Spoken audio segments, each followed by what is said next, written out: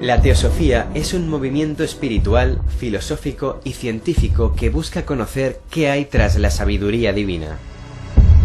Los teósofos creen que hay una base que constituye todas las religiones, una verdad eterna. Para conocer mucho mejor qué es la teosofía y cómo se puede buscar esa verdad en el día a día, nos acompaña Isaac Jaulí, doctor en psicología y psicoterapeuta, pero además buscador incansable de la esencia del ser humano y miembro de la Sociedad Teosófica de España.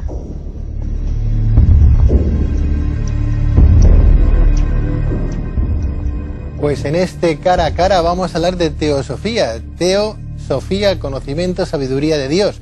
No sé hasta qué punto lo hemos encontrado, doctor Jaulí. Muy buenas noches. Hola, buenas noches. Bienvenido. Gracias, Pedro. Cuando hablamos de teosofía, ¿nos estamos dirigiendo a una religión, a un credo, a una forma de entender el mundo, a una filosofía de vida? Esto es mejor. Filosofía de vida. En realidad, la teosofía puede incluir a todo miembro o a toda persona que se interese por su desarrollo, sea cristiano, musulmán, budista, judío, etcétera, etcétera. No es específicamente una tradición que se dirige a una línea. O sea, que cualquier confesión podría acercarse a la teosofía. Sí. ¿Y quién fue la madre o el padre de la teosofía? Mira, todo empezó en el siglo XIX. Los fundadores externos, o los fundadores, fueron la señora Elena Petrovna Blavatsky, es una mujer rusa, y el coronel H. Steele Olcott, que es un norteamericano.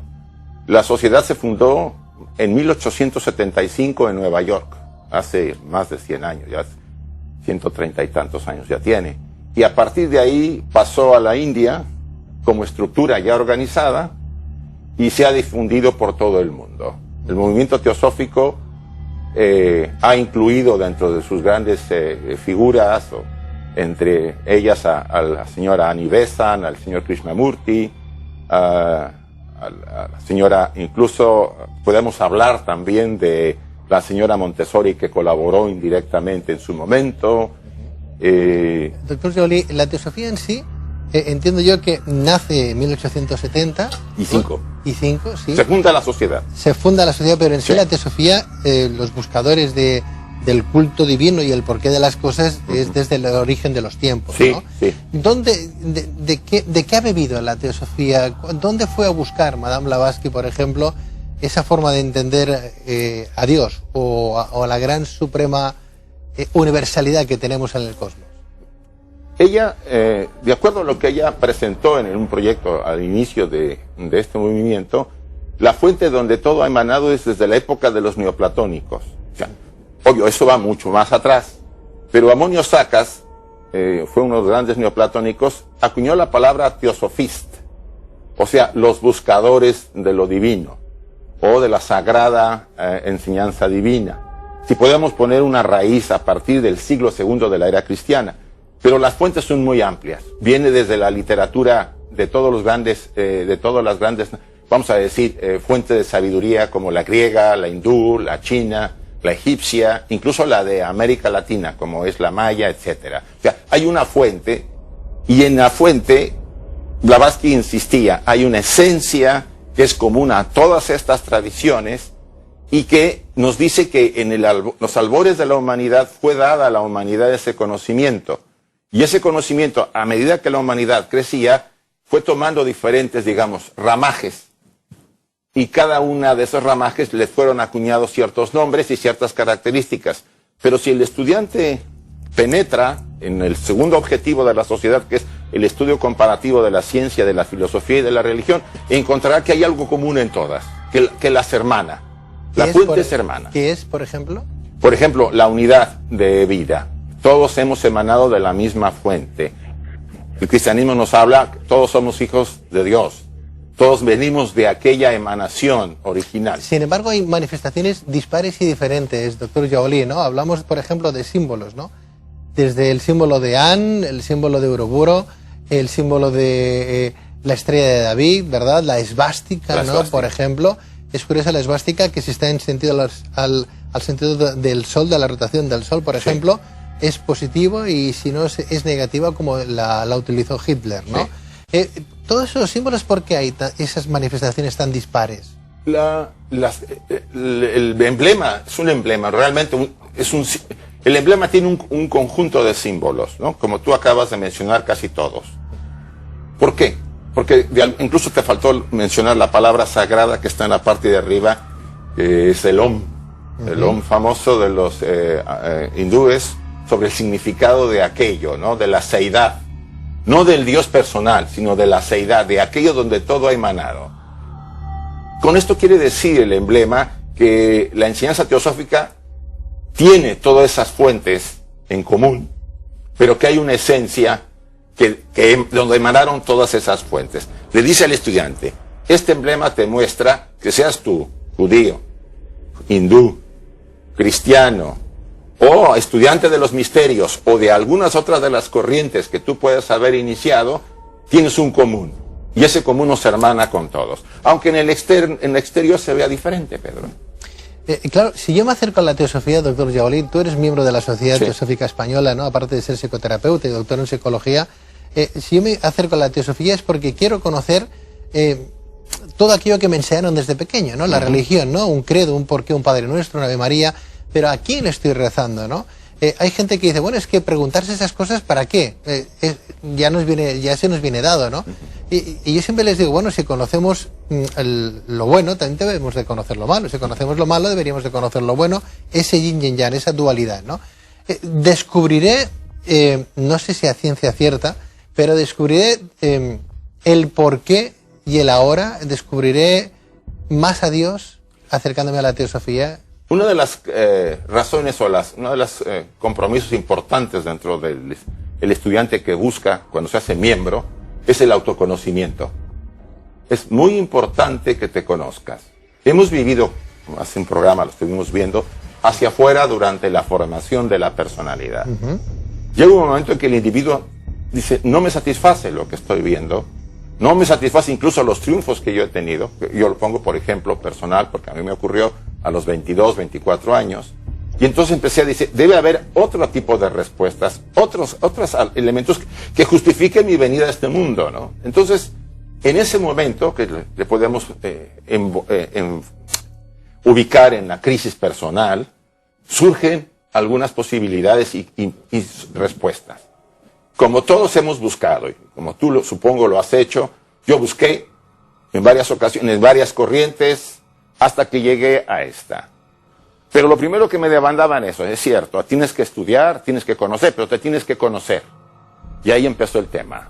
Porque conocerme, que era haber vivido hacia afuera, ahora tenía que vivir hacia adentro. Claro, las grandes verdades es conocernos, inicialmente conociéndonos nosotros un poco, nosotros mismos. Acuérdate en el templo de Delfos, hombre, conócete a ti mismo.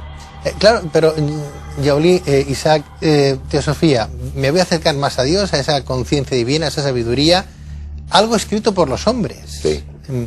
Claro, ¿cómo se puede llegar al conocimiento de Dios a través de la razón? ¿Cómo se puede llegar al conocimiento de Dios a través de un escrito de otra persona que es como yo? Mira, esa persona ha tenido un acercamiento más a Dios y si la ha tenido, ¿de qué manera la ha tenido para dejar algún tipo de texto escrito para que yo pueda aprender? Mira, todas las tradiciones, y la cristiana no es la excepción, han tenido individuos que han ido más allá que el común del creyente. Vamos a hablar de la cristiana, que es lo que más cercano, porque te puedo poner el ejemplo de los budistas y de los hindúes, y de otras fuentes. Ha habido místicos, San Juan de la Cruz, Santa Teresa de Jesús, San Francisco de Asís, el maestre Eckhart, y otros que podemos mencionar, el mismo Pablo, San Pablo. Podemos hablar de que todos tuvieron ciertas experiencias cuando ellos centraron sus energías en la búsqueda seria y sincera de la respuesta que andaban buscando. Entonces, estos individuos son como una especie de ejemplo, ¿no?, de ese despertar que todos llevamos. En la terminología cristiana podríamos llamarle el despertar del Cristo interior, del Dios interior. En la terminología budista es del Buddhi. Krishna en la India, ¿no?, el Krishna interior que todos llevamos. O sea, si tú le quitas los nombres, vamos a encontrar que hay una esencia que a ti y a mí nos mueve. ¿Y qué es lo verdadero, Pedro? Nosotros nos movemos asumiendo por identificación que queremos ser la personalidad. En realidad esa es una vestimenta exterior, una máscara temporal que dura poco en relación al tiempo, pero la esencia que se busca y que llega un momento en tu vida que tú dices, hay algo más que debe haber y que me motiva en la vida, es a la que nos empezamos a dirigir. Es obvio, por estudio, indagación, meditación, prácticas, etc. Sin embargo, doctor Jaolí, claro, en base a ese precepto, ¿verdad?, de que han habido personas más evolucionadas que nosotros, que han vivido otra dimensión, han tenido ciertas visiones, nos han dejado un legado escrito, luego hay una manipulación tremenda con esos libros sagrados, lo vemos, religión protestante, católica, budista, musulmán y tal, ¿no? Sí. Bebemos del mismo común, pero todos tendemos a tergiversar lo comentado y lo dicho. Vamos a decir que lo degradamos, Pedro. Lo degradamos, ¿no? Porque no tiene, es claro, ¿no? La realización del Maestro Jesús no la tenían los discípulos. Claro. Y los discípulos y los seguidores de los discípulos, que eran los sebionitas, los primeros cristianos, no tenían el grado de desarrollo de los apóstoles. O sea, es obvio que el conocimiento se va degradando a medida que la fuente lo emite. Por eso se escribe. O por eso han intentado, para decir, eso pasó con el Buda, con los Arhats. Los Arhats tuvieron que poner por escrito lo que el Buda dijo porque ya se estaba también corrompiendo. Sin embargo, hay personas que dicen el Corán, por ejemplo, ¿no? Mucho más antiguo, la religión musulmana, que la propia católica, ¿verdad? Sí, porque yo diría que, mira, es sobre el 500 o 600 que empieza todo el tema con Mahoma.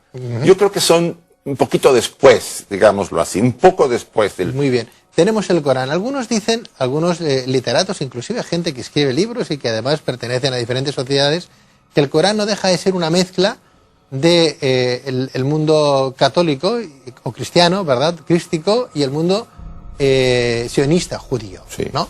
¿Eso es correcto?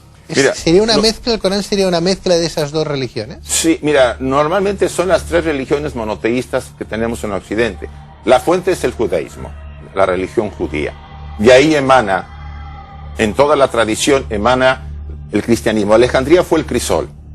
Se mezclaron grandes tradiciones, incluyendo el budismo, porque hay una influencia budista, porque Asoka, el emperador hindú, sobre el año 200 o 300 antes de Cristo, manda misioneros budistas. Recuerda que el Buda es del 500 antes de Cristo, a Occidente. Influyen mucho en los terapeutas egipcios y en las prácticas de los esenios. O sea, hay influencia de ciertas disciplinas que no son occidentales, son de Oriente. Bueno, toda esa combinación se da en el crisol de Alejandría. Y de Alejandría empieza a emanar toda la fuente gnóstica primitiva, de donde el cristianismo era uno más de los grupos. Es que no podemos evitarlo. Muchas veces se quiere separar, ¿no? El cristianismo era un grupo más dentro de la tradición gnóstica. Después se fue separando, ¿sí? ¿Jesús participó en alguna corriente gnóstica? No, es previo. O sea, a Jesús se le asume que estuvo dentro de la fuente esenia, ¿sí? Y de esa fuente él era uno de los curadores. Porque había curadores y los celotes, los guerrilleros. Él era un curador. Por lo menos lo que dicen algunas de las obras y de los libros, vamos a decir, apócrifos, y los libros gnósticos. Lo que pasa es que el gnosticismo bebió mucho del cristianismo y del judaísmo. Pero volviendo a la pregunta que haces, ¿realmente el cristianismo y el islam son hijos del judaísmo? Sí. Son religiones monoteístas, ¿sí? Que parten de un Dios único. Bueno, no es la única, porque ya en Egipto hubo también algo de ello. ¿Te acuerdas? Akenatón. Akenatón, sí.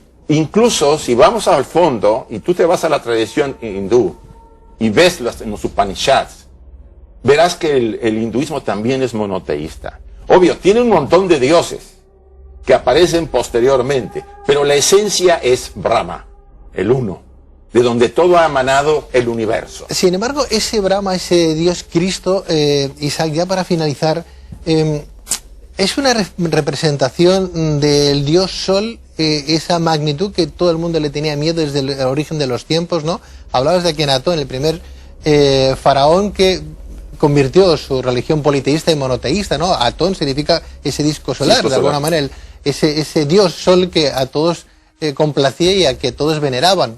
Todo lo contrario con la diosa Luna, ¿verdad? Hay muchas manifestaciones, hay gente, hablabas de los Upanishads, hablas de India, hablas de los budistas, todos le han dado un culto y un nombre al dios Sol, ¿no?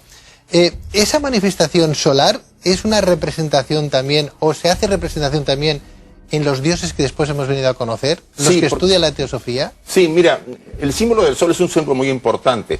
Ya los hombres primitivos, mucho antes que estas tradiciones surgieran, consideraban al sol como el dador de la vida, porque ellos daba la fuerza para que el germen de las plantas surgiera, modificaba las estaciones del año, daba el calor al cuerpo, etcétera, etcétera. Entonces, los hombres primitivos, a lo primero que encontraron como símbolo de aquello que no podían nombrar y que no entendían, pero que presentían, fue el sol.